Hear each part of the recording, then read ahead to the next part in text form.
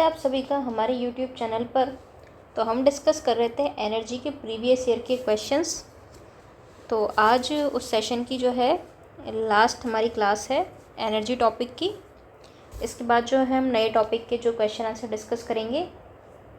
तो देखते हैं आज का पहला सवाल हमारा। तो देखिए एक्सप्लेनेशन जो लास्ट क्वेश्चन हमने सॉल्व किया था कि राजस्थान राज्य विद्युत उत्पादन निगम लिमिटेड के स्वामित्व और संचालन के अधीन कौन कौन से विद्युत केंद्र यानी पावर स्टेशन आते हैं। वो आता है आपकी गिरल, धौलपुर और छबड़ा। तो ये तीन किसके अंडर आते हैं? आपके राजस्थान राज्य विद्युत उत्पादन निगम लिमिटेड के। अब देखते हैं हमारा अगला क्वेश्चन। हमारा अगला क्वेश्चन है अपारंपरिक ऊर्जा स्रोत है, यानी कौन सा जो सोर्स है इसमें एनर्जी का वो कैसा है? अपारंपरिक। आपके ऑप्शन है पवन, सौर, भूतापीय ऊर्जा, पेट्रोलियम, कोयला या सौर ऊर्जा, पेट्रोलियम, कोयला या भूतापीय ऊर्जा, पवन, पेट्रोलियम और सौर ऊर्जा। तो अपारंपरिक सोर्स कौन से होते हैं? तो पारंपरिक का मतलब तो आपको देखिए पता ही होता है, जो चीज़ें चली आ रही हैं काफ़ी टाइम से, जैसे कि थर्मल एनर्जी हो गई। लेकिन अपारंपरिक कौन से हैं? जो ट्रेडिशन में नहीं है, तो उन पर प्रेजेंट टाइम में ज़्यादा फोकस किया जा रहा है। जैसे आपकी पवन ऊर्जा हो गई, आपकी सौर ऊर्जा हो गई और भूतापीय ऊर्जा हो गई। तो इसका करेक्ट आंसर क्या है? आपके ऑप्शन नंबर 1 इसका करेक्ट आंसर हो जाएगा। अब हम बात करते हैं इसकी एक्सप्लेनेशन की। तो अपरंपरागत ऊर्जा सोर्स की हम यहाँ पे बात करेंगे। तो सबसे पहले नंबर आता है सौर ऊर्जा, यानी कि जो सूरज से जो हम एनर्जी प्रोड्यूस करते हैं। आजकल देखिए जो सोलर पैनल के लिए भी सरकार सब्सिडी देती है। तो सौर ऊर्जा क्या है? अपरंपरागत सोर्स है एनर्जी का। इसके अलावा विंड एनर्जी जो है, कैसे तेज चलने वाली हवा से क्या उत्पन्न ऊर्जा जो है उसको पवन ऊर्जा, यानी जो टरबाइन घुमाकर जो है हवा के माध्यम से जो एनर्जी प्रोड्यूस की जाती है। तो wind energy, solar energy, biogas, जानवरों के मलमूत्र से वायु रहित अवस्था में अपघटन से जो एनर्जी मिलती है। इसके अलावा बायोमास, कचरा, सरसों की भूसी और चावल की भूसी से जो ऊर्जा प्राप्त होती है। इसके अलावा ज्वारीय तरंग ऊर्जा यानी टाइडल एनर्जी, यानी समुद्री ज्वार भाटे और तरंगों से उत्पन्न ऊर्जा। इसके अलावा भूतापीय ऊर्जा जो है, इसमें देखिए कई बार कन्फ्यूज़न हो जाता है कि ये एनर्जी का कौन सा सोर्स है। तो ये एनर्जी का अपारंपरिक ऊर्जा सोर्स है, ठीक है, यानी कि नॉन ट्रेडिशनल जियोथर्मल एनर्जी। तो पृथ्वी से निकलने वाले गर्म स्रोतों की ऊष्मा से उत्पन्न ऊर्जा। इसके अलावा शैवाल ऊर्जा, हाइड्रोजन ऊर्जा। तो ये सभी जो है अपारंपरिक है, यानी एक लंबे टाइम से हम इनको इस्तेमाल नहीं कर रहे थे, लेकिन अब प्रेजेंट टाइम में जो इनकी संभावनाएं जो हैं वो बहुत ज़्यादा हैं। तो इसलिए इन पे ज़्यादा क्या किया जा रहा है? फोकस किया जा रहा है। कौन सी? जो अपरंपरागत ऊर्जा सोर्स है। क्योंकि अगर हम बात करें परंपरागत ऊर्जा सोर्स के से कोयला वगैरह, तो ये सीमित मात्रा में, ऐसा नहीं है कि ये हमेशा ही इस तरह रहेंगे, और इनके बनने की प्रोसेस भी बहुत लंबा टाइम होता है। लेकिन जो सौर ऊर्जा है देखिए हमेशा सूरज रहने वाला है, पवन ऊर्जा हवा रहने वाली है। तो ये जो सोर्स हैं वो काफ़ी कारगर सोर्स हैं, जिनसे कि अब एनर्जी पर ज़्यादा फोकस किया जा रहा है। अगला सवाल देखते हैं, ऊर्जा के गैर परंपरागत सोर्स कौन से हैं? देखिए वही बात है, गैर परंपरागत आ जाए, अपारंपरिक आ जाए तो सेम बात है। यानी कि जो आप तो इसको याद रखिए, परंपरागत या पारंपरिक का मतलब होता है जो चीज़ आपके लंबे टाइम से चली आ रही है, और गैर परंपरागत जो नहीं है। अब यानी कि प्रेजेंट टाइम में किन की जो है ज़्यादा हम फोकस कर रहे हैं? सोलर एनर्जी हो गया, विंड एनर्जी हो गया, इन पे ज़्यादा फोकस कर रहे हैं। तो ये एक तरीके से क्या है? नॉन कन्वेंशनल या नॉन ट्रेडिशनल सोर्स हैं एनर्जी के। तो आपके ऑप्शन दिए हैं सौर ऊर्जा, प्राकृतिक गैस, पवन ऊर्जा, बायोमास, बायोगैस और जल विद्युत शक्ति। तो यहाँ पर आपका करेक्ट आंसर क्या हो जाएगा? यहाँ पे आपका सही आंसर है आपके ऑप्शन नंबर 1, यानी कि देखिए सौर ऊर्जा है इसमें। इसके अलावा पवन ऊर्जा की हमने बात की थी। इसके अलावा इसमें क्या है? आपके बायोमास है और बायोगैस है। तो प्राकृतिक गैस और जल विद्युत शक्ति की अगर हम बात करें तो ये गैर परंपरागत सोर्स में नहीं आते हैं। अगला हमारा सवाल है, निम्नलिखित में से कौन सा ऊर्जा का गैर परंपरागत सोर्स नहीं है? अब यहाँ पर क्या कह रहा है हमसे? कौन सा गैर परंपरागत सोर्स नहीं है? तो देखिए पवन ऊर्जा है, हमने बात की थी, ज्वारीय ऊर्जा भी है, जैव भर ऊर्जा भी है, ये जैव भार होगा आपके बायोमास, ठीक है। लेकिन जल विद्युत शक्ति नहीं है। तो इसका करेक्ट आंसर क्या हो जाएगा आपके जल विद्युत शक्ति। अगला सवाल देखते हैं, उदय योजना का उद्देश्य है आपके। तो आपके ऑप्शन है यहाँ पे विद्युत वितरण कंपनियों को वित्तीय स्थिरता देना, सौर ऊर्जा का विकास, पवन ऊर्जा का विकास या बायो ईंधन का विकास। तो उदय योजना की अगर हम बात करें तो ये संबंधित है आपके विद्युत वितरण कंपनियों को वित्तीय स्थिरता देने के लिए जो है ये योजना चलाई जा रही। अब देखिए इसका नाम क्या है, इसका नाम है आपके उज्ज्वल डिस्कॉम अश्योरेंस योजना। अब अश्योरेंस का मतलब वित्तीय स्थिरता देना, यानी अब अश्योर करना कि वो वित्तीय रूप से स्थिर रहें। इसका पूरा नाम क्या है आपके उदय, उज्ज्वल डिस्कॉम एश्योरेंस स्कीम। तो विद्युत वितरण जो कंपनियां हैं यानी जो डिस्कॉम्स हैं, तो डिस्कॉम की फुल फॉर्म क्या होती है आपके डिस्ट्रीब्यूशन कंपनीज। क्या होती है डिस्कॉम, आपने कई बार नाम सुना होगा, यानी कि जो डिस्ट्रीब्यूशन कंपनी है, विद्युत का वितरण करने वाली कंपनियां हैं, इनकी वित्तीय स्थिति में सुधार कर उनमें पुनरुत्थान के लिए विद्युत मंत्रालय द्वारा, किसके द्वारा चलाई जा रही है, विद्युत मंत्रालय के द्वारा यह योजना उज्ज्वल डिस्कॉम एश्योरेंस योजना यानी कि उदय योजना चलाई जा रही है। सभी साझेदारों की जिम्मेदारियों के अनुबंध के साथ भारत सरकार, राज्य सरकार और प्रत्येक राजस्थान डिस्कॉम के साथ क्या है एक त्रिकोणीय समझौते ज्ञापन पर 2016 में हस्ताक्षर किए गए थे। तो इसमें साझेदार कौन कौन है आपके, भारत सरकार, राज्य सरकार और डिस्कॉम। और कब साइन किए गए थे समझौते पर, 27 जनवरी 2016 को। तो संबंधित किससे है ये, विद्युत वितरण कंपनियों की वित्तीय स्थिरता से जो है इसका संबंध है कि उनकी वित्तीय स्थितियों में सुधार रहे। अगला सवाल है हमारा, नीचे दो कथन दिए जा रहे हैं, एक कथन ए है और दूसरा उसका क्या है रीज़न, कारण है। आप इन दोनों कथनों का परीक्षण करके सही उत्तर को चुनिए। दो स्टेटमेंट आपको दे रखे, एक स्टेटमेंट है और एक उसका रीज़न है, बताना है कि सही क्या है। तो कथन दे रखा है, ग्रामीण राजस्थान में बायोगैस ऊर्जा का उत्तम सोर्स है। राजस्थान में बहुत अधिक संख्या में घरेलू मवेशी हैं। तो अगर हम बात करते हैं इसके आंसर की, तो देखिए ए और आर दोनों बात सही है और आर भी जो है इसको क्या कर रहा है, स्पष्टीकरण दे रहा है इसका कि भाई जो आप स्टेटमेंट है उसके पीछे आप जो कारण बता रहे हो वो एकदम सही है। राजस्थान जो है, अगर हम ग्रामीण राजस्थान की बात करें तो ऊर्जा संकट की समस्या को दूर करने में सबसे अधिक सहायक क्या है जो सोर्स, वो है आपके बायोगैस। और सेकंड नंबर पे हमने बात की थी सौर ऊर्जा की। तो आपको याद रखना है इसको कि जो सबसे अधिक सहायक सोर्स है वो है आपके बायोगैस। बड़ा बाग जैसलमेर तथा देवगढ़ प्रतापगढ़ में है, पवन ऊर्जा परियोजना है, बायोगैस है, सौर ऊर्जा है या फिर पवन और सौर ऊर्जा परियोजना। तो इसका करेक्ट आंसर हो जाएगा आपका पवन ऊर्जा परियोजना, यानी विंड एनर्जी प्रोजेक्ट जो है वो बड़ा बाग में है और देवगढ़ में है। तो बड़ा बाग जैसलमेर की अगर आप बात करोगे तो राजस्थान में निजी क्षेत्र, तो देखिए अब वही बात है कि यहाँ पे कौन कौन से पॉइंट्स आपको याद रखने हैं कि बड़ा बाग जो पवन ऊर्जा परियोजना है, जो प्रोजेक्ट है ये विंड एनर्जी का, ये निजी क्षेत्र की जो है पहली पवन ऊर्जा परियोजना है। कैसी, पहली है लेकिन निजी क्षेत्र की। तो आपसे इस तरह भी सवाल पूछा जा सकता है कि राजस्थान में निजी क्षेत्र की पहली पवन ऊर्जा परियोजना कौन सी है, तो वो है आपके बड़ा बाग जैसलमेर में। और ये इसका जो है कौन चला रहा है इसको, मैसर्स कालानी इंडस्ट्रीज इंदौर। अब चलते हैं अपने अगले सवाल की तरफ। तो अगला क्वेश्चन है हमारा, निम्नलिखित में राजस्थान के कौन से नगर नवीन व नवीकरणीय ऊर्जा मंत्रालय द्वारा सोलर सिटी के रूप में चयनित किए गए हैं। यानी कि जो हमारा भारत सरकार का नवीन और नवीकरणीय ऊर्जा मंत्रालय है हमारा, उसमें सोलर सिटी के रूप में कौन कौन से शहरों को चयनित किया गया है। आपके ऑप्शन है इसमें जयपुर, जोधपुर, जैसलमेर, जयपुर, जोधपुर या उदयपुर, जयपुर, जोधपुर, उदयपुर या फिर जयपुर, जोधपुर और अजमेर। तो इसमें जो सोलर सिटी है वो है आपके जयपुर, जोधपुर और अजमेर।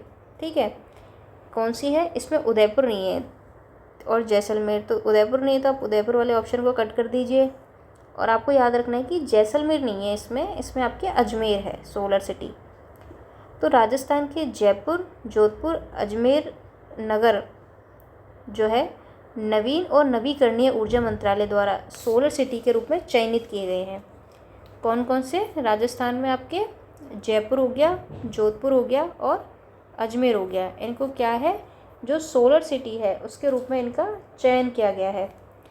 अब सोलर सिटी जो कार्यक्रम है इसको फरवरी में लॉन्च किया गया था।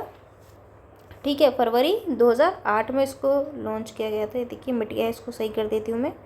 तो कब है ये, यहाँ पे लिख देती हूँ 2008। नगर में ऊर्जा दक्षता और नवीकरणीय ऊर्जा की आपूर्ति की वृद्धि के लिए मास्टर प्लान तैयार करने में नगर निगमों व नगर पालिकाओं की सहायता करता है। यानी ये जो सोलर सिटी प्रोग्राम है ये क्या करता है, नगर में जो ऊर्जा दक्षता है और जो नवीकरणीय ऊर्जा है उसकी आपूर्ति की वृद्धि के लिए जो मास्टर प्लान तैयार होगा उसमें क्या करता है, नगर जो निगम है और पालिकाएं हैं, नगर पालिका उनकी क्या करता है, सहायता करता है। कौन सा प्रोग्राम है ये, सोलर सिटी प्रोग्राम। और इसमें राजस्थान से कौन कौन सी सिटी है, स्वागत है आप सभी जयपुर है, तो इसमें आपके जयपुर है, जोधपुर है और अजमेर है। देखते हैं अगला सवाल। राजस्थान का निम्नलिखित में से कौन सा नगर भारत सरकार के सोलर सिटी विकास कार्यक्रम का हिस्सा नहीं है? अजमेर, जयपुर, जोधपुर और उदयपुर। तो इसका करेक्ट आंसर हो जाएगा आपके उदयपुर जो है इसका हिस्सा नहीं है। नेक्स्ट क्वेश्चन देखते हैं। राजस्थान में प्रथम पवन ऊर्जा संयंत्र कहाँ स्थापित किया गया? जयपुर, प्रतापगढ़, जोधपुर या जैसलमेर। तो इसका करेक्ट आंसर हो जाएगा आपका जैसलमेर। अब हम बात करते हैं राजस्थान में जो पवन ऊर्जा के संयंत्र लगे हुए हैं उनके बारे में। तो देखिए पहला अगर बात करें तो जो पहला पवन ऊर्जा का संयंत्र है वो कहाँ है, आपके अमर सागर। और अमर सागर कहाँ है, आपके जैसलमेर में। तो इसकी 2000 में स्थापना हुई थी। इसके बाद अगर दूसरे नंबर का पूछे तो वो है आपके देवगढ़, और देवगढ़ आता है आपके प्रतापगढ़ में। इसकी स्थापना भी 2000 में हुई थी, लेकिन कब हुई थी, अगस्त में। तीसरे नंबर पर अगर हम बात करते हैं तो ये आता है आपका बीठड़ी, और बीठड़ी आता है आपके फलौदी में। 2001 में इसकी स्थापना की गई थी। चौथे नंबर पे आता है आपका सोड़ा बांधन जो कि है जैसलमेर में, और इसकी स्थापना हुई थी 2004 में। इसके बाद अगर हम पाँचवें नंबर की बात करें तो वो आता है आकल 2006, और फिर आता है पोहरा जो कि पड़ता है आपके जैसलमेर में। इसकी स्थापना भी कब हुई थी, 2010 में। और एक जगह है आपके मोकला जो कि पड़ती है जैसलमेर में। ये क्या है, आपके RSMML का, तथा जो है मुलाना बड़ौदा जैसलमेर क्या है, ONGC का राजस्थान के सबसे बड़े पवन ऊर्जा संयंत्रों में से एक है। तो देखिए 6 तो हमने ये देखे, अमर सागर, देवगढ़, बीठड़ी, सोड़ा बांधन, आकल और पोहरा। इसके अलावा एक है आपके मोकला जो कि जैसलमेर में है, और ये किसका है, RSMML का। और अगर हम बात करें मुलाना बड़ौदा जैसलमेर, ये किसका है, आपके ONGC का। तो ये दो भी आपको याद रखने हैं, एक तो मोकला और एक आपके मुलाना ONGC। ये भी राजस्थान के बड़े जो पवन ऊर्जा संयंत्र हैं उनमें से एक हैं। अगला सवाल देखते हैं हम। अगला सवाल है हमारा, देवगढ़ पवन ऊर्जा परियोजना स्थित है जैसलमेर, हनुमानगढ़, प्रतापगढ़ या बारां। तो जो देवगढ़ पवन ऊर्जा प्रोजेक्ट है वो है आपका प्रतापगढ़ में। नेक्स्ट क्वेश्चन है, निम्नलिखित में से राजस्थान की प्रथम पवन ऊर्जा परियोजना कौन सी है? तो वीडियो का जो मेंस का एग्ज़ाम हुआ था उसमें ये सवाल पूछा है कि पहली पवन ऊर्जा परियोजना, तो पहली कौन सी है, देखिए देवगढ़, बीठड़ी, फलौदी या अमर सागर। तो हमने अभी बात की 2000 में इसको जो है स्थापना हुई थी इसकी, और पहली कौन सी है, अमर सागर। और ये आपके कहाँ पर है, आपके ये है आपके जैसलमेर में। कहाँ है, जैसलमेर। अगला सवाल है, अमर सागर पवन ऊर्जा परियोजना किस जिले में स्थित है? जोधपुर, बीकानेर, बाड़मेर, जैसलमेर। जस्ट अभी हमने पढ़ा ही है, कहाँ पर है, जैसलमेर में। राजस्थान के निम्न में से किस जिले में द्वितीय वायु ऊर्जा प्लांट स्थापित किया गया? अब देखिए वायु लिख दे, हवा लिख दे, पवन लिख दे, एक ही बात है। तो अब पूछ रहा है कि कौन से ज़िले में। अब यहाँ पर आपसे क्या पूछ लिया है, द्वितीय। तो जैसलमेर में है, बाड़मेर में है, जालौर में है या प्रतापगढ़ में है। तो इसका करेक्ट आंसर हो जाएगा आपका प्रतापगढ़। और प्रतापगढ़ में भी कहाँ है आपके सेकंड नंबर का पवन ऊर्जा संयंत्र, वो है आपके देवगढ़। और इसकी स्थापना कब हुई थी आपके, ये हुई थी आपके अगस्त 2008 में। तो यहाँ लिख देती हूँ मैं अगस्त 2000 में ही इसकी स्थापना हुई थी। ये अगस्त 2000 ना कि 2008, क्या है 2000। राजस्थान में निम्नलिखित में से कौन सा पवन ऊर्जा परियोजना स्थल नहीं है, बीठड़ी, फलौदी, मोकला और देवगढ़। तो हमसे पूछ रहा है कि पवन ऊर्जा जो परियोजना है उसका कौन सा जो है स्थल नहीं है, तो इसमें करेक्ट आंसर हो जाएगा आपका फलौदी। क्या हो जाएगा, फलौदी। यानी देखिए बीठड़ी में है, बीठड़ी कहाँ पर आपके, फलौदी में। पर यहाँ पे आपको पर्टिकुलर नाम दिया गया है। इसके अलावा जो मोकला है, जैसलमेर, देवगढ़, प्रतापगढ़, यहाँ पर क्या है, पवन ऊर्जा विंड एनर्जी की जो प्रोजेक्ट लगे हुए हैं, लेकिन फलौदी में नहीं है। अगला सवाल है, जो बीठड़ी पवन ऊर्जा परियोजना है आपकी, वो राजस्थान के किस जिले में स्थापित की गई है। 2023 में पूछा गया सवाल है सीईटी में। जैसलमेर, जोधपुर, बीकानेर या चित्तौड़गढ़। तो इसका करेक्ट आंसर हो जाएगा आपका जोधपुर। तो बीठड़ी कहाँ पर है आपके, जोधपुर में। अगर फलौदी जिला आता है तो फलौदी। अब देखिए प्रीवियस ईयर के क्वेश्चन जो है, ये देखिए कोई सीईटी में पूछा गया है, कोई असिस्टेंट प्रोफेसर में, आरएएस में। तो ये जो सवाल हैं, अगर आप आरएएस एग्ज़ाम की बात करते हैं प्री की, तो उसमें क्या होता है कि इस तरह के स्टेटमेंट वाले जो सवाल आते हैं, तो देखिए हो सकता है जैसे स्टेटमेंट, तो इन्हीं में से जो है स्टेटमेंट बनते हैं कि आपसे मान लीजिए एक स्टेटमेंट दे दिया कि बीठड़ी जो पवन ऊर्जा परियोजना है वो जैसलमेर में है, तो स्टेटमेंट गलत हो जाता है। कहाँ पर है आपके, जोधपुर में। तो वहाँ जो है ये जो क्वेश्चन है वन लाइनर, हो सकता है स्टेटमेंट में दे दे। तो इसलिए ये जो क्वेश्चन है वो आरएस प्री के लिए भी बहुत इंपॉर्टेंट है, जो प्रीवियस ईयर के क्वेश्चन है। दूसरा, इसमें जो है आपके पूरे जो कॉन्सेप्ट है उसके क्वेश्चंस हैं, तो जो आपने जो भी जो टॉपिक पढ़ा है वो एक तरीके से शुरू से लेकर एंड तक पूरा आपका रिवाइज हो जाएगा। तो इसलिए ये वीडियोस जो हैं वो आपके लिए काफ़ी इम्पोर्टेंट होंगी, तो इनको आप ज़रूर देखें। और जो है ये अपडेटेड बुक है, ऐसा नहीं है कि ये जो पुराने हैं, ये जो नए ज़िले पर बेस्ड है। तो आप जो है ज़रूर इन क्वेश्चंस को सॉल्व करो। और देखिए मेरे आंसर बताने से पहले भी आप एक बार चेक किया कीजिए कि मतलब आपसे जो है कितने आंसर आ रहे हैं। और अगर आप ज़्यादा कर पाते हैं तो आप ज़रूर कमेंट सेक्शन में लिखिए कि जो है मेरे को इसमें इतने सवाल आते हैं। तो देखिए यहाँ पे भी लिखा है कि वर्तमान में अगर बात करें तो बीठड़ी कहाँ है आपका, फलौदी डिस्ट्रिक्ट में। राजस्थान में निम्न में से किन स्थानों को विंड एनर्जी फार्म प्रोजेक्ट के अंतर्गत पवन ऊर्जा के मार्गदर्शन या संसर्ग हेतु चुना गया है। यानी कौन कौन से स्थान हैं आपके, बाड़मेर, ब्यावर, जोधपुर, रामगढ़, नागौर या चूरू, या फिर जैसलमेर, देवगढ़, फलौदी, या फलौदी, माउंट आबू, पाली। तो इसका सीधा सा आंसर हो जाएगा आपका जैसलमेर हो गया, देवगढ़ हो गया जो कि प्रतापगढ़ में है, फलौदी हो गया। ये क्या है आपके पवन ऊर्जा के मार्गदर्शन हेतु चुने गए स्थान है, यानी ये यहाँ पर क्या है, पवन ऊर्जा के प्रोजेक्ट्स लगे हुए हैं। अगला है सुमेलित कीजिए। तो देखिए यहाँ पे हमें अलग अलग जो है परियोजना के नाम दे रखे हैं और सोलर पार्क का भी नाम दिया हुआ है, तो आपको सुमेलित करना है। तो देखिए हमें ये पता है कि बड़ला जो सोलर पार्क है वो कहाँ है आपका, वो है आपका फलौदी में। कहाँ पर है आपके, फलौदी में। तो पहले में आएगा आपका 4। तो देखिए ये ऑप्शन तो कट जाता है और ये ऑप्शन भी आपके सीधा साधा कट जाता है। दूसरे पे चलते हैं। देखिए 4 3 1 2 4 3 दोनों में सेम है। अब डिफरेंस किस में है, इसमें। अब आपको ये देखना है, तो आपको देखना है कि पवन ऊर्जा परियोजना, अब हमें पता है कि पवन ऊर्जा परियोजना कहाँ है, देवगढ़ जो कि प्रतापगढ़ में पड़ता है। तो सी में आ जाएगा आपके 2। तो यानी कि आपका करेक्ट आंसर क्या हो जाएगा, ऑप्शन नंबर 2। तो इस तरीके से आप इनको सॉल्व कर सकते हैं। अगर आपसे 2 भी आते हैं तो भी जो है आप जो है आंसर तक सीधे सीधे पहुंच जाएंगे। अब बात करते हैं सौर ऊर्जा परियोजना कहाँ है आपकी, खींवसर, नागौर। और अपशिष्ट ऊर्जा परियोजना की अगर बात करें तो ये कहाँ पर है आपकी, बी में आ जाएगा आपका 3, यानी कि बालोतरा।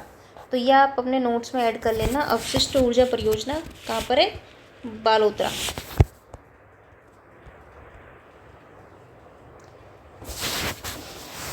अब चलते हैं अगले सवाल पर। अगला सवाल है, नवीन एवं नवीकरणीय ऊर्जा मंत्रालय के द्वारा अनुमोदित राजस्थान की एक मेगा सोलर पावर परियोजना स्थित है। नवीन और नवीकरणीय ऊर्जा मंत्रालय जो है भारत सरकार का, उसके द्वारा अनुमोदित राजस्थान की कौन सी मेगा सोलर पावर परियोजना जो है कहाँ पर है? आपके ऑप्शन है बीठड़ी, देवगढ़, बालोतरा या फतेहगढ़। तो इसका करेक्ट आंसर होगा आपका फतेहगढ़, यानी कि ऑप्शन नंबर 4। फतेहगढ़ की अगर हम बात करें तो ये आता है आपका जैसलमेर में। तो इसकी फ़ेज़ फर्स्ट बी जो कि 1500 मेगावाट की है, Messrs Adani renewable energy park Rajasthan limited द्वारा विकसित किया जा रहा है। कौन कौन है इसमें? मैसर्स अडानी रिन्यूएबल एनर्जी और आपके राजस्थान। तो यानी इसका पूरा नाम क्या हो जाएगा? Messrs Adani renewable energy park Rajasthan limited. कौन सी? फतेहगढ़। तो आपको याद रखना है ये नाम, और इसके साथ जो है कौन जो है इसको विकसित कर रहा है, ये कर रहा है आपका Messrs Adani renewable energy park Rajasthan limited. अगला सवाल है, सन 2014 में नालको ने राजस्थान में अपना दूसरा पवन ऊर्जा संयंत्र कहाँ स्थापित किया है? धूरसर, भड़ला, लुद्रवा या मथानिया। इसका करेक्ट आंसर हो जाएगा आपका ऑप्शन नंबर 3 लुद्रवा। तो 29 जनवरी 2014 को नेशनल एल्यूमिनियम कंपनी लिमिटेड, जिसको हम कहते हैं नालको, ने राजस्थान के कौन से ज़िले में, जैसलमेर ज़िले की जो लोद्रवा है उसमें कितना 47.6 मेगावाट क्षमता, कितनी क्षमता है इसकी? 47.6 मेगावाट क्षमता के अपना दूसरा पवन बिजली संयंत्र जो है स्थापित किया है। अब आपको फोकस किस पे करना है? एक तो कि कौन सा संयंत्र है, ये पवन ऊर्जा संयंत्र है। सौर लिखा सकता है लेकिन ये है कौन सा? पवन। और इसकी क्षमता कितनी है? 47.6 मेगावाट। इसके अलावा कब हुआ था ये? 29 जनवरी 2014 को, और है कौन सा? सेकंड नंबर का। अगला सवाल देखते हैं, सौर ऊर्जा एंटरप्राइज क्षेत्र किन जिलों में है? आपके ऑप्शन हैं जोधपुर, बाड़मेर, जैसलमेर, नागौर, जोधपुर, पाली, जैसलमेर, नागौर, बाड़मेर या फिर जोधपुर, जालौर और बाड़मेर। इसका करेक्ट आंसर हो जाएगा आपका जोधपुर, बाड़मेर और जैसलमेर। तो इनको बनाया गया है आपके सोलर एनर्जी एंटरप्राइज जोन, यानी सौर ऊर्जा उपक्रम क्षेत्र। तो जोधपुर, बाड़मेर और जैसलमेर के क्षेत्र में सौर ऊर्जा के विकास की जो विपुल संभावनाओं को देखते हुए इनको क्या बना दिया गया है, या क्या कहा जाता है इनको, कि सोलर एनर्जी के एक तरीके से जोन है, ये एंटरप्राइज जोन है। ये यहाँ पे सोलर एनर्जी की संभावनाएं हैं, यहाँ से क्या है, सोलर एनर्जी के लिए काफ़ी महत्वपूर्ण हो जाते हैं। तो कौन कौन से हैं? जोधपुर, बाड़मेर और जैसलमेर। नए जिलों के पुनर्गठन के बाद फलौदी, बालोतरा, देखिए इसमें ये कहा गया है कि जो नए जिले हैं तो फलौदी बन गया, बालोतरा बन गया, तो उसको भी शामिल किया जा सकता है। तो भी इसकी कोई खास इन्फॉर्मेशन है नहीं, तो आप इन्हीं को भी याद रखिए, जोधपुर, बाड़मेर और जैसलमेर। क्या है ये? आपके सोलर एनर्जी के एंटरप्राइज जोन है ये। अगला सवाल है हमारा, राजस्थान में प्राकृतिक गैस आधारित विद्युत परियोजना कहाँ स्थित है? कैसी प्राकृतिक गैस आधारित? आपके ऑप्शन है छबड़ा, पलाना, अंता या सूरतगढ़। अगर हम प्राकृतिक गैस आधारित अगर विद्युत परियोजना की बात करें तो यह है आपकी अंता में, और अंता कहाँ पड़ता है? आपके 12। तो राजस्थान में स्थापित केंद्र सरकार, किसकी? केंद्र सरकार। तो यहाँ पर आपको याद रखना है कि ये किसकी है? केंद्र सरकार की पहली गैस विद्युत परियोजना है। कैसी? गैस विद्युत परियोजना है। और किसकी है ये? सेंट्रल गवर्नमेंट की है, नेशनल हाइड्रो पावर कॉरपोरेशन द्वारा संचालित। तो राज्य में इसका अंश कितना है? 19.81, और कुल क्षमता है इसकी 419.33 मेगावाट। तो देखिए ये वाला जो पॉइंट है, एक बार इसको मैं आपको वापस से एक बार बता दूंगी, तो ये इसमें थोड़ा कन्फ्यूज़न है, ठीक है। तो अभी हम इस वाले पॉइंट की बात नहीं करेंगे यहाँ पे। तो आपको फ़िलहाल इसमें से क्या क्या याद रखना है कि जो अंतर गैस परियोजना है आपकी, ये 12 में है, पहली बात। दूसरा आपको याद रखना है कि ये सेंट्रल गवर्नमेंट की है। थर्ड आपको याद रखना है कि इस केंद्र सरकार की भी पहली जो गैस विद्युत परियोजना है और कुल क्षमता है इसकी 419.33 मेगावाट और राज्य में अंश कितना है इसका 19.81%। ठीक है, परसेंटेज है, मेगावाट नहीं है। अंश कितना है हमारा 19.81%। अगला सवाल है प्राकृतिक गैस पर आधारित शक्ति परियोजना स्थित है भिवाड़ी, उदयपुर, बीकानेर या रामगढ़। तो इसका करेक्ट आंसर हो जाएगा आपका रामगढ़। अब हम बात करते हैं रामगढ़ की। तो जो रामगढ़ भी क्या है, एक गैस तापीय परियोजना है।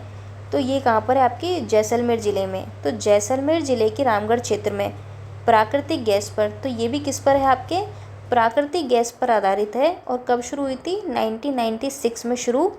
परियोजना के तीसरे चरण तक कुल उत्पादन क्षमता कितनी है इसकी 273.5 मेगावाट। कब तक, तीसरे चरण तक। अब देखिए खास बात यहाँ पर क्या है कि यह राज्य द्वारा संचालित है।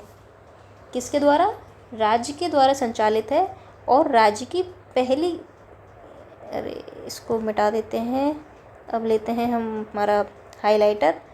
तो इसमें क्या है कि पहली गैस आधारित विद्युत परियोजना। अब देखिए अभी हमने बात की थी जस्ट किसकी, अभी हमने बात की थी अंता की। तो अंता भी गैस आधारित जो है पहली विद्युत गैस परियोजना है, लेकिन किसकी है, केंद्र सरकार की। लेकिन अगर हम बात करते हैं रामगढ़ की, तो रामगढ़ में जो परियोजना है हमारी वो कैसी है, राज्य द्वारा संचालित परियोजना है। और वो भी पहली, राज्य के द्वारा पहली। और अगर केंद्र के द्वारा पहली आता है तो उसमें आ जाएगा आपका अंता। तो देखिए स्टेटमेंट में इस तरह का सवाल दिया जा सकता है, आपसे ये कह सकता है कि जो अंता गैस परियोजना है वो राज्य सरकार द्वारा संचालित जो है पहली परियोजना है। कौन सी, अंता।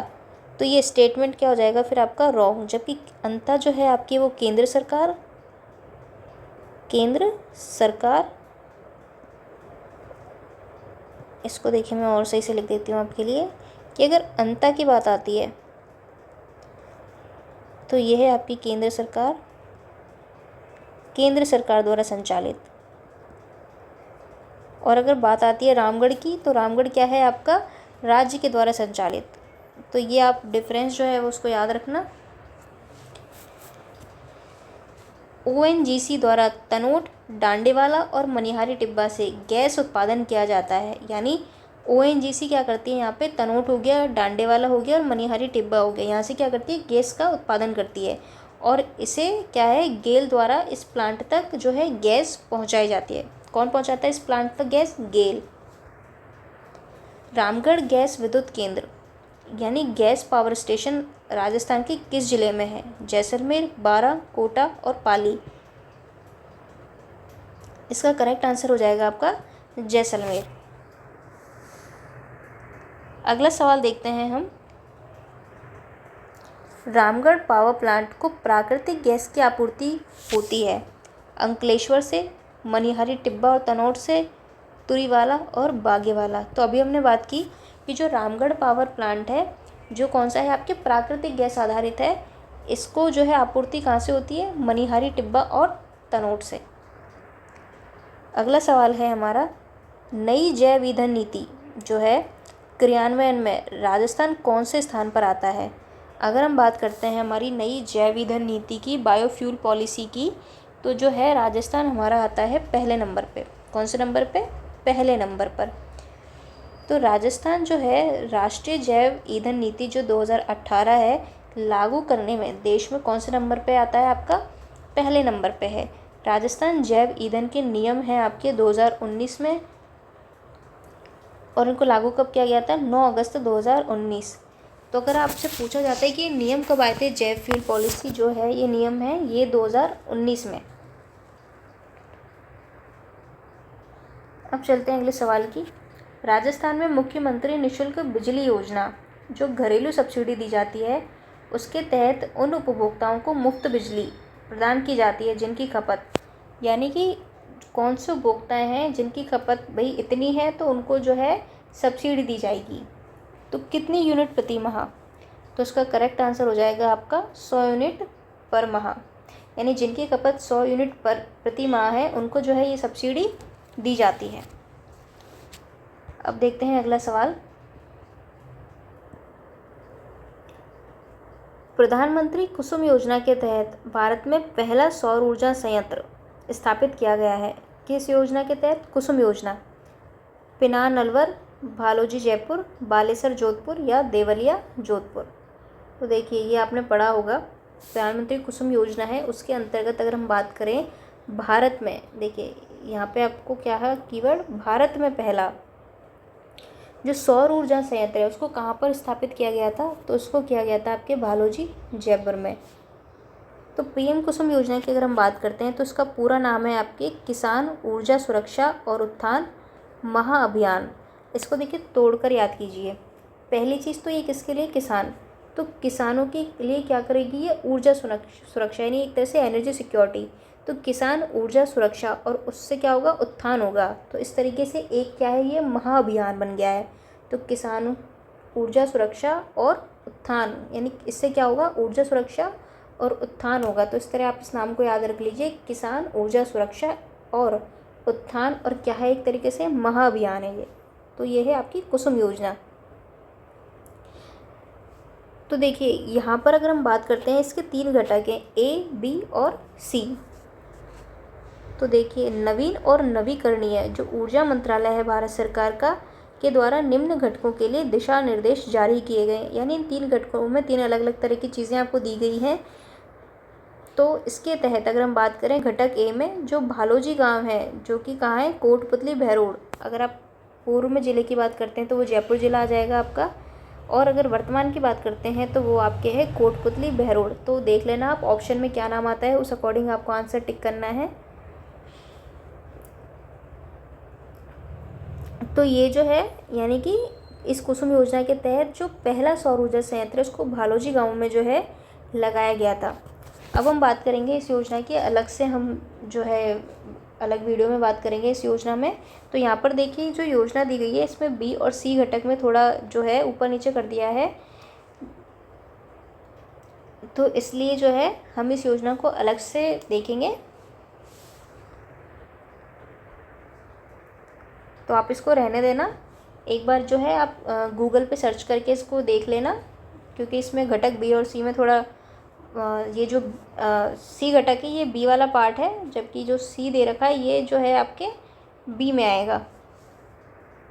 तो इसलिए हम जो है अलग से डिस्कस कर लेंगे। फ़िलहाल जो है हम आपके रिवीजन के लिए ये वीडियोस जो है बना रहे हैं, ताकि आप फटाफट से जो है इन क्वेश्चंस को रिवीजन कर लो, और इसकी थोड़ी बहुत एक्सप्लेनेशन की भी हम बात कर रहे हैं, ताकि अगर और कोई क्वेश्चन बन सके तो वो भी आपका गलत नहीं हो। बाकी जो है अच्छी तरीके से हम इसको डिस्कस वगैरह करेंगे, तो जब हम पूरे कॉन्सेप्ट पढ़ेंगे तब हम अच्छी तरीके से हर एक पॉइंट को इसमें डिस्कस करेंगे, जहाँ से सवाल बन सकते हैं और अभी तक नहीं बने हैं, या फिर जो बन भी चुके हैं उनको भी हम वहाँ पर डिस्कस करेंगे कि हमने ये सवाल जो है देख लिए थे। अब बात करते हैं अगले सवाल की। प्रधानमंत्री कुसुम योजना संबंधित है सौर ऊर्जा आधारित ई रिक्शा से, सौर ऊर्जा आधारित पंप से, सौर ऊर्जा आधारित यातायात से, या फिर भोजन पकाने से। तो देखिए कुसुम योजना काफ़ी चर्चित योजना है एक, तो आपने कहीं ना कहीं इसके बारे में सुना होगा, या फिर कहीं आपने देखा होगा। तो जैसे सड़कों पे भी होर्डिंग वगैरह जो है, कोई बड़ी स्कीम होती है उनके बारे में लगे होते हैं। तो ये जो योजना है प्रधानमंत्री कुसुम योजना, ये आपकी संबंधित है सौर ऊर्जा आधारित पंप से जो है ये संबंधित है।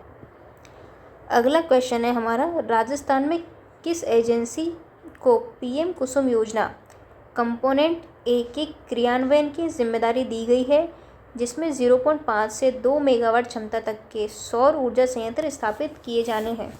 अब 2023 में देखिए RS जो 2023 में जो एग्ज़ाम हुआ था अक्टूबर में, 1 अक्टूबर को, तो उसमें पूछा गया क्वेश्चन है। तो यहाँ पे हमसे पूछ रहा है कि जो पीएम कुसुम योजना के अंतर्गत जो कंपोनेंट ए है आपका, उसके क्रियान्वयन की जिम्मेदारी जो है किस एजेंसी को दी गई है, और इसमें घटक एक में क्या है कि 0.5 मेगावाट से 2 मेगावाट क्षमता तक के सौर ऊर्जा संयंत्रों को स्थापित करना है। तो देखिए क्वेश्चन में भी अपने आप में एक और क्वेश्चन बन सकता है कि 0.5 मेगावाट से 2 मेगावाट क्षमता तक के जो है इसमें सौर ऊर्जा संयंत्रों को क्या करना है, स्थापित किया जाना है। तो आपके ऑप्शन हैं इसमें bureau of energy efficiency, Rajasthan Akshay ऊर्जा निगम लिमिटेड, राजस्थान राज्य विद्युत उत्पादन निगम लिमिटेड और राजस्थान विद्युत प्रसारण निगम। तो इसका करेक्ट आंसर है आपका कि जो कंपोनेंट ए है वो किस एजेंसी को क्रियान्वयन के लिए दिया गया है, वो है आपके राजस्थान अक्षय ऊर्जा निगम लिमिटेड। तो आपका ऑप्शन सेकंड इसमें जो है करेक्ट आंसर हो जाएगा। अगला सवाल है हमारा, किसान ऊर्जा सुरक्षा और उत्थान जो महाअभियान है स्वीकृत किया गया है। आपके ऑप्शन है इसमें, किसानों को निःशुल्क बिजली उपलब्ध कराने हेतु, किसानों को 24 घंटे बिजली पूर्ति सुनिश्चित करने हेतु, 1 और 2 दोनों, या फिर किसानों के लिए सौर पंप और ग्रिड से जुड़े सौर ऊर्जा संयंत्रों को स्थापित करने के लिए। तो इसका करेक्ट आंसर होगा कि किसानों के लिए सौर पंप और ग्रिड से जुड़े जो सौर ऊर्जा संयंत्र हैं उनको स्थापित करने के लिए जो है इस योजना को स्वीकृत किया गया है। यानी कि इसका उद्देश्य क्या है कि भारत सरकार क्या चाहती है कि किसानों के लिए सोलर पंप और जो ग्रिड से जुड़े हुए सौर ऊर्जा संयंत्रों को स्थापित करना। अगला सवाल है हमारा, राजस्थान में जो पीएम कुसुम योजना है उसका घटक बी जो है उसके तहत कितनी सब्सिडी प्रदान की जाती है। आपके ऑप्शन है यहाँ पे 20%, 30%, 40% या 60%। तो अगर हम बात करें सब्सिडी की, तो इसमें जो सब्सिडी प्रदान की जाती है वो की जाती है आपकी 60%। कितनी? 60%। यानी कि इसमें 30% सब्सिडी कौन देता है? सेंटर। और 30% ही कौन देता है इसमें? स्टेट। तो इस तरह इसमें सब्सिडी दी जाती है और टोटल कितनी हो जाती है? 60%। और बाकी जो है वो किसान को लगाने होते हैं। अगला सवाल है, किस कंपनी ने भारत का पहला 390 MW का, यानी कि 390 MW यानी कि मेगावाट पवन सौर हाइब्रिड पावर प्लांट जैसलमेर में शुरू किया है? तो कौन सी कंपनी है जिसने क्या किया है? भारत का पहला, फोकस क्या करना है, भारत का पहला 390 मेगावाट का कौन सा? पवन सौर हाइब्रिड पावर प्लांट। देखिए हाइब्रिड का मतलब ये है कि केवल एक ही एनर्जी की वहाँ बात नहीं होगी, तो पवन ऊर्जा और सौर ऊर्जा दोनों, तो उसको कहते हैं हाइब्रिड, यानी दो। तो कहाँ पे शुरू किया गया है पावर प्लांट? आपके जैसलमेर में। तो हमसे पूछ रहा है कि कंपनी कौन सी है? रिलायंस पावर लिमिटेड है, सुजलॉन एनर्जी है, टाटा पावर लिमिटेड है, या AHEJOL। कौन सी? AHEJOL, Adani green energy limited की सहायक कंपनी। तो इसका करेक्ट आंसर हो जाएगा आपका option number 4, hybrid wind solar power plant, जो कि कहाँ है? आपके जैसलमेर में। तो यह भारत का पहला हाइब्रिड, अब देखिए आपको याद क्या रखना है कि भारत का पहला हाइब्रिड, कैसा? Hybrid wind solar power plant है, जिससे मई 2022 में जो प्रोडक्शन है वो क्या है? शुरू हो गया है। Adani green energy limited AGEL की सहायक company Adani hybrid energy Jaisalmer 1 limited, क्या है? जैसलमेर 1 लिमिटेड। और अडानी हाइब्रिड एनर्जी, तो इसका पूरा नाम क्या है? Adani hybrid energy Jaisalmer 1 limited की ओर से लगाए गए इस प्लांट की उत्पादन क्षमता कितनी है? अभी हमने पढ़ा था, क्वेश्चन में ही दे रखा है 390 मेगावाट। हाइब्रिड परियोजना जो है ऐसी परियोजना है जो पारंपरिक व गैर पारंपरिक ऊर्जा स्रोतों को मिलाकर 2 या 2 से अधिक गैर पारंपरिक ऊर्जा स्रोतों से क्या करती है? ऊर्जा का उत्पादन करे। तो इसमें क्या होता है कि 2 या 2 से अधिक क्या होते हैं? गैर पारंपरिक ऊर्जा स्रोत से एनर्जी का प्रोडक्शन किया जाता है। हाइब्रिड का मतलब क्या? 2 या 2 से ज़्यादा को मिलाकर। अगला सवाल है हमारा, 28 मई 2022 को अडानी हाइब्रिड एनर्जी की जो सहायक कंपनी ने किस स्थान पर, अब यहाँ से हमसे पूछ लिया कि स्थान कौन सा है, पहले हमसे कंपनी पूछ ली, तो भारत का पहला पवन सौर हाइब्रिड प्लांट स्थापित किया है। तो इसका भी हमने देख ही लिया है, तो इसका आंसर हो जाएगा आपका जैसलमेर। तो जैसलमेर में किसने? आपके जो अडानी हाइब्रिड एनर्जी है इसी की सहायक कंपनी है AHEJOL, यानी कि Adani hybrid energy Jaisalmer one limited, उस कंपनी का पूरा नाम है। और इसने 2022 से अपना प्रोडक्शन भी स्टार्ट कर दिया है। और ये कहाँ पर है? आपके जैसलमेर में। और 390 मेगावाट की ये जो है परियोजना है। कितनी है आपके? 390 मेगावाट। और कैसी है? हाइब्रिड।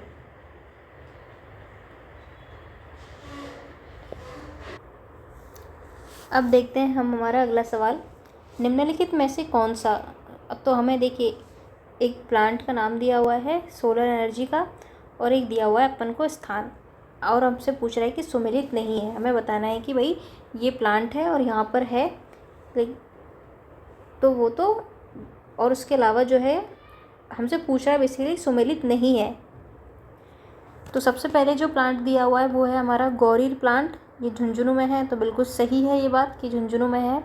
इसके अलावा नौक की अगर बात करें तो ये भी जो है आपके, इसको छोड़ देते हैं अभी। फिर हम बात करते हैं अगोरिया की, बाड़मेर, ये भी आपका करेक्ट है।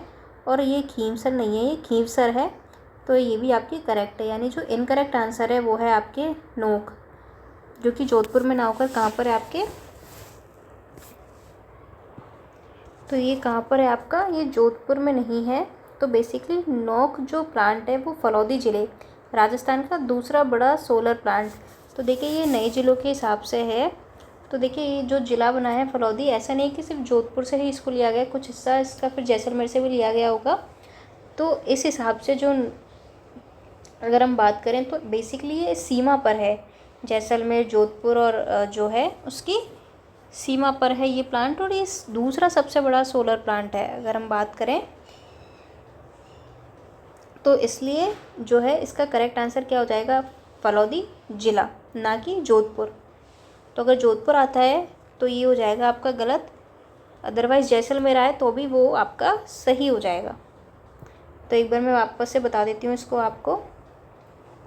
तो हमसे पूछ रहा है यहाँ पे जो सोलर प्लांट दिया हुआ है हमें और स्थान दिया हुआ है। तो देखिए गौरीर जो है आपका झुंझुनू में है, सही है। और गौरिया की अगर आप बात करते हो तो वो है आपका जो है बाड़मेर में। इसके अलावा खींवसर की अगर आप बात करते हो वो नागौर में, ये भी सही है। लेकिन जो नौक है आपका ये जोधपुर में नहीं है। तो अगर आप इसके एक्सप्लेनेशन देखोगे तो ये है आपका फलौदी डिस्ट्रिक्ट में, और राजस्थान का दूसरा सबसे बड़ा सोलर प्लांट है ये। अगला सवाल देखते हैं, निम्न में से कौन सा सौर ऊर्जा संयंत्र और जिला सही नहीं है। वापस से हमसे पूछ रहा है कि कौन सा सही नहीं है। तो देखिए अभी हमने देखा गौरिया बाड़मेर बिल्कुल करेक्ट है, आपके मोकला जैसलमेर ये भी बिल्कुल करेक्ट है। इसके अलावा गौरीर झुंझुनू में करेक्ट है। तो धूनी सीकर ये जो है आपका क्या है? इनकरेक्ट है। तो अगर आप बात करेंगे ये सोलर पार्क की, धूनिया या धूनी की, तो ये आपके जोधपुर में है, सीकर में ना होकर कहाँ है आपके, ये है आपके जोधपुर में। अगला सवाल है, ग्रीन एनर्जी कॉरिडोर राजस्थान के निम्नलिखित में से किन जिलों से गुजरेगा। तो जो ग्रीन एनर्जी कॉरिडोर है ये आपके गुजरेगा अजमेर, चित्तौड़ और बीकानेर से। अब हम बात कर लेते हैं इसकी एक्सप्लेनेशन की, वहाँ पर और भी ज़िले हैं इसमें। देखिए अक्षय ऊर्जा क्षेत्र को मजबूत करने के लिए पहली बार जो पश्चिमी राजस्थान है आपका, जोधपुर, बाड़मेर, जैसलमेर में सौर और पवन ऊर्जा उत्पादन को मिलाने के लिए एक ग्रीन एनर्जी कॉरिडोर विकसित किया जा रहा है। किसको? आपके सौर और पवन ऊर्जा उत्पादन को मिलाने के लिए क्या है? एक ग्रीन एनर्जी कॉरिडोर। अब देखिए ये कॉरिडोर कहाँ कहाँ से गुजरेगा? आपके हनुमानगढ़, बीकानेर, अजमेर, चित्तौड़। तो देखिए अब दो दो करके याद रखिए, हनुमानगढ़ और बीकानेर, अजमेर, चित्तौड़ और नागौर और जोधपुर जिलों से होकर गुजरेगा। जिलों के पुनर्गठन के बाद देखिए अभी जो ज़िले बने हैं उसके अकॉर्डिंग अभी जो है एक्शन इन्फॉर्मेशन या जो भी इसके रिगार्डिंग इन्फॉर्मेशन है वो नहीं आई है। तब तक आप इन्हीं को याद कीजिए, हनुमानगढ़, बीकानेर, अजमेर, चित्तौड़, नागौर और जोधपुर। कौन सा कॉरिडोर है ये आपका? Green energy corridor. अगला सवाल है आपका, ग्रीन एनर्जी कॉरिडोर राजस्थान के किन जिलों से गुजरेगा? जयपुर, टोंक, कोटा। तो देखिए टोंक इसमें नहीं है, ये आपका एलिमिनेट हो जाता है ऑप्शन। भरतपुर नहीं है तो एलिमिनेट, अलवर नहीं है इसमें आपके, तो ये हट जाता है सीधा सीधा। लेकिन देखिए बीकानेर, नागौर और जोधपुर ये तीनों जो हैं आपके इसके पार्ट हैं। तो करेक्ट आंसर हो जाएगा आपका ऑप्शन नंबर 3। राजस्थान में ऊर्जा संरक्षण दिवस कब मनाया जाता है? ऊर्जा संरक्षण दिवस की अगर हम बात करें तो ये है आपका 14 दिसंबर को मनाया जाता है। अब देखिए यहाँ पर आपको दिए हुए हैं ऊर्जा संरक्षण दिवस 14 दिसंबर। अगर आपसे पूछा जाता है राजीव गांधी अक्षय ऊर्जा दिवस तो ये आता है आपका 20 अगस्त को। और विश्व अर्थ आवर डे जो मनाया जाता है ये हर साल मनाया जाता है आपके मार्च के आखिरी शनिवार को 8:30 से 9:30 बजे तक। और 18वां विश्व अर्थ आवर डे 30 मार्च 2024 को मनाया गया था। यानी अगर हम बात करें 30 मार्च 2024 की तो ये मनाया था कौन सा? 18वां। तो ये देखिए 2023 RAS में पूछा गया सवाल है। तो अब हम बात करते हैं VS लिग्नाइट ताप ऊर्जा स्टेशन बीकानेर में स्थित है। अब ये कहाँ पर है? बीटनोक, बरसिंगसर, गुड़ा या पलाना? तो इसका करेक्ट आंसर हो जाएगा आपका गुरहा में। कहाँ पे? या गुड़ा में। कौन सा? VS लिग्नाइट ताप ऊर्जा स्टेशन। अगला क्वेश्चन देखते हैं हम। राजस्थान में बायोमास ऊर्जा के उत्पादन हेतु विशाल संभावनाएं किस कारण से हैं? तो मरुस्थलीय भूखंड की वजह से। बात किसकी हो रही है? बायोमास की। प्रत्यक्ष सूर्य किरणों के कारण, वन या सूखी लकड़ियां जैसे सरसों की लकड़ियां एवं पशुधन। तो इसका करेक्ट आंसर होगा आपका सूखी लकड़ियां या सरसों की लकड़ियां एवं पशुधन। यानी कि जो आपके विलायती बबूल, सरसों की तूड़ी, इस तरह के इसके सोर्स हैं। तो बायोमास ऊर्जा जिसको आप हिंदी में जैविक द्रव्य ऊर्जा भी कहते हो तो आप इसी नाम को याद रखें, बायोमास। राजस्थान राज्य में बायोमास ऊर्जा के महत्वपूर्ण स्रोत क्या हैं? सरसों की तूड़ी और विलायती बबूल। ये दोनों आपको एज इट इज़ याद रखने हैं, सरसों की तूड़ी और विलायती बबूल। राजस्थान सरकार ने 29 सितंबर 2023 को बायोमास एवं वेस्ट टू एनर्जी नीति 2023 जारी की है। तो देखिए बहुत इंपॉर्टेंट है ये नीति आपको याद रखनी है। कौन सी है? बायोमास एवं वेस्ट टू एनर्जी नीति। यानी वेस्ट यानी बेकार चीज़ों से या वेस्ट जो है उससे एनर्जी बनाने के लिए कौन सी नीति है आपके? 2023 की है। और कब लागू की गई है? 29 सितंबर। ये आपको याद रखना है, सितंबर। अगला है आपका सवाल, सुमेलित करना है आपको यहाँ पर। असिस्टेंट ये जो है एग्रीकल्चर ऑफिसर में पूछा गया सवाल है। प्राकृतिक गैस, पवन ऊर्जा, सौर ऊर्जा और परमाणु ऊर्जा। तो सबसे पहले आप इसमें देखा कीजिए कि आपको कौन सा आता है। तो जैसे मान लो मैंने रावत बाटा सुना हुआ है। तो यानी परमाणु ऊर्जा ये कहाँ पर है? आपके रावत बाटा में। यानी डी में हो जाता है 4, डी में 4, डी में 4, डी में 4, 4। अरे भाई ये तो चारों में ही है, कोई बात नहीं। अब हमने बड़ा बाग भी सुना है, ये कहाँ पे है? आपके जैसलमेर में है, ठीक है। और पवन ऊर्जा परियोजना है यहाँ पर, यानी बी में आपके आ जाता है 1। तो अब देखिए बी में 1 किस किस में है? बी में 3, बी में 2, बी में 1, बी में 3। अरे ये रहा आपका बी में 1। तो और कहीं पर नहीं है। तो इसमें करेक्ट आंसर आपका क्या हो जाता है? फिर मुझे बाकी देखने की ज़रूरत ही नहीं है। ये होता है आपका जो है मैचिंग वाले जो सवाल आते हैं उनको सॉल्व करने का अप्रोच। सबसे पहले आप ये देखो कि आपको कौन सा आता है। और मान लीजिए हो सकता है कि क्या पता वो एक ही ऑप्शन में हो और आपका जो है आंसर बैठ जाए, तो इनको छोड़ने से अच्छा है एक बार आप ये देखिए कि आपको कौन सा आता है। तो अब हम बात करते हैं ए में 3 प्राकृतिक गैस की। अगर बात करोगे तो वो कहाँ पे? आपके रामगढ़। तो हमने पढ़ा था कि जो रामगढ़ है वो राज्य संचालित पहली प्राकृतिक गैस परियोजना है राजस्थान की। जबकि जो अंता है वो जो कि 12 डिस्ट्रिक्ट में है वो कैसी है? केंद्र सरकार द्वारा। तो प्राकृतिक गैस रामगढ़ यानी ए में 3। इसके अलावा पवन ऊर्जा की बात करते हैं तो ये आती है आपके बड़ा बाग जो कि जैसलमेर में है और एक निजी क्षेत्र की परियोजना है। सौर ऊर्जा की अगर हम बात करते हैं तो ये आता है आपका एक नाम भेरूखेड़ा। और एटॉमिक एनर्जी तो रावत भाटा मोस्ट लोगों को पता ही है। तो आप जो है अपने नोट्स में ये ज़रूर जो है ऐड कर लेना, सौर ऊर्जा की भेरूखेड़ा, यानी सी में 2। अगला सवाल है हमारा, सोलर पार्क एवं कंपनी या उपक्रम को सुमेलित कीजिए। तो हमें यहाँ पर जो है प्लांट दिए हुए हैं और उनकी कंपनी दी हुई है, हमें सुमेलित करना है। तो देखिए फलौदी पोखरण दिया हुआ है, फतेहगढ़ फेज़ फर्स्ट भी दिया हुआ है, तो हमने आप पढ़ा ही था अभी थोड़ी देर पहले। नोख जैसलमेर दिया हुआ है, पूगल बीकानेर दिया हुआ है। यहाँ पे देखिए नोख जैसलमेर और हमने वहाँ पे क्या पढ़ा था? फलौदी डिस्ट्रिक्ट। तो ये आप ऑप्शन में देख लेना कि ऑप्शन में क्या दिया हुआ है, लेकिन जोधपुर में नहीं है, ठीक है। तो ये आप इसको याद रखना। अगर हम फलौदी पोकरण की बात करें यहाँ पर, तो इसका आंसर हो जाएगा आपका, ये होगा आपका एसएल सौर ऊर्जा कंपनी। इसके बाद अगर हम बात करें फतेहगढ़ की, तो हमने इसको पढ़ा था, ये थी आपकी अडानी रिन्यूएबल एनर्जी कंपनी, तो ये भी मैच कर रही है। इसके अलावा अगर आप नौक जैसलमेर की बात करोगे, तो ये है आपके RSDCL, कौन सी है, RSDCL। इसके अलावा पूगल बीकानेर में जो भी आपका सोलर पार्क जो है, ये भी क्या है, RSDCL। तो यानी कि 1 2 3 4, तो इसका करेक्ट आंसर होगा आपका ऑप्शन नंबर 3। तो देखिए ये भी 2024 में पूछा गया सवाल है, यानी इस तरह के मैचिंग के क्वेश्चन, यानी आप देखिए कंपनी के नाम तक जो है कौन कौन से उपक्रम जो है इनको संचालित कर रहे हैं वो तक पूछे जा रहे हैं, तो आप इनको ज़रूर याद कर लीजिए। और देखिए बहुत ज़्यादा नहीं है, लिमिटेड ही है, तो आप इनको एक बार ज़रूर याद कर लो। और इस तरह से ही आप अपने जो नोटबुक है या फिर जहाँ पे भी आपने नोट्स बना रखे हैं, बुक है, वहाँ पर जो है इनको नोट कर लो। अगला है सुमेलित कीजिए, तापीय ऊर्जा, सौर ऊर्जा, प्राकृतिक गैस और पवन ऊर्जा। हमें बताना है कि भाई जो कौन सी ऊर्जा कहाँ पर है। तो देखिए AN 2024 में पूछा गया सवाल है। तो सबसे पहले देखिए कि आपने सबसे ज़्यादा किसका नाम सुना है, तो देखिए आपने भरला, तो यहाँ पे सबसे बड़ा सोलर पार्क है, यानी कि आपके यहाँ पे क्या है, सौर ऊर्जा, यानी आपके बी में आएगा आपके 4।